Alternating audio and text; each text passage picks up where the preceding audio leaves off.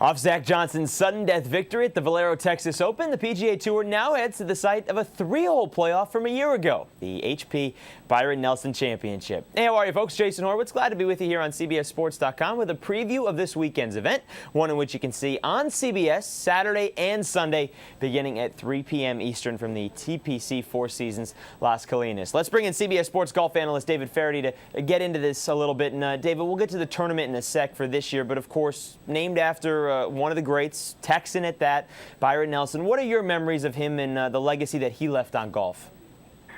Well, Jason, I was lucky enough to spend a fair bit of time around Byron. I'm a member out there at the TPC. I live here in Dallas, and I would bump into him fairly frequently. And he was never one to be comfortable about his own greatness or his own feats in the game of golf. He loved to watch the newer players play, and he marveled at their skill. And I remember once asking him what he thought was the greatest innovation in the game of golf in his lifetime. And he said, without even hesitating, he said, the lawnmower. So with that, with all the technical innovations, the big-headed drivers and graphite and, the trampoline effect, none of that made as much difference as the lawnmower. And if you look at the old footage of Byron and compare it to, the footage of this weekend, the kind of greens they're going to be putting on, the fairways they're hitting from, he was dead right. David, I've heard golfers say at times that when you shook his hand, it was the greatest moment, at least the beginning part of their career. Do players feel that around the greats? Oh, yes. There's no question about that. There's an aura around players like Nicklaus and Palmer and Tiger Woods. There's definitely something special about people who, and first of all, you have to have a high enough opinion of yourself if you're going to be great.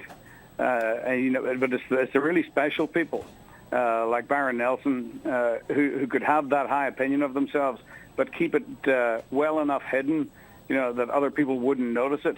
But you could feel it, when you shook his hand. There's no question about that. All right, let's get into the tournament a little bit. Adam Scott, the defending champion, wonderfully competitive event last year.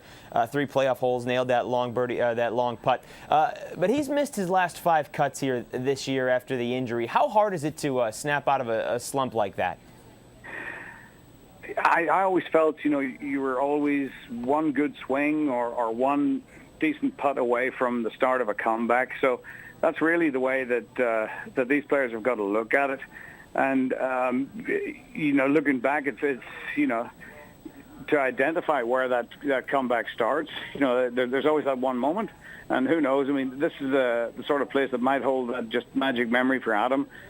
He's up against a pretty good field this week, that's for sure. Mickelson is playing, and, David Toms, Ian Poulter, both of them have been in great form this week. And there's a huge local contingent, too, as well. A lot of the players live here in the Dallas-Fort Worth area. Rory Sabatini, J.J. Henry, Ben Crane, Scott Verplank, Justin Leonard, Chad Campbell, Hunter Mahan, to name just a few.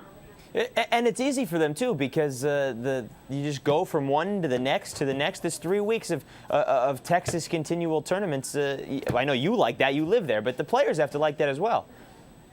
It is kind of nice, having this sort of little Texas swing going on here. Although I will tell you this, a lot of people say to me, it must be nice having 2 tournaments in a row at home. What they don't take into consideration is the fact that, while I'm at home, I've got to take my daughter to school. I've got to do the honeydew things, and all that sort of thing. Plus, I've got to go to work as well. I don't go back, to my hotel room, after work and, watch TV or whatever it is, that we do when we're on the road. It is a little more complicated, but it is, without question, it's nice to be home with the family and, be in your own car and sleep in your own bed. You mentioned that Mickelson's in the field, Vijay Singh in it as well. Those are the 2 that are in the top 10 of the world golf rankings. Do you like either of them to come out victorious this weekend? Yeah. I think Mickelson's probably the favorite. And you look at players, that have had recent success, Brian Gay also, even someone like Davis Love, who's played well in the last few weeks. Charlie Wee, we've got Mike Weir, Anthony Kim, who's also a local. We really have got a very good field, I think, for the first time since Byron passed.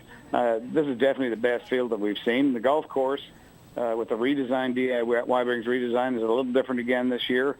Some of the greens have been recontoured, so it'll be a bit different test. It should be a very interesting week. All right, David, thank you very much for all the insight and the memories. We look forward to seeing you this weekend on CBS. And folks, be sure to catch the HP Byron Nelson Championship on CBS Saturday and Sunday, beginning at 3 p.m. Eastern both days. Australian Adam Scott trying to defend his title, one in which he won on the third sudden death playoff hole with that putt. That's this weekend on CBS. And for more on the tournament, be sure to stay with CBSSports.com. For David Feherty, I'm Jason Horowitz. Take care, folks.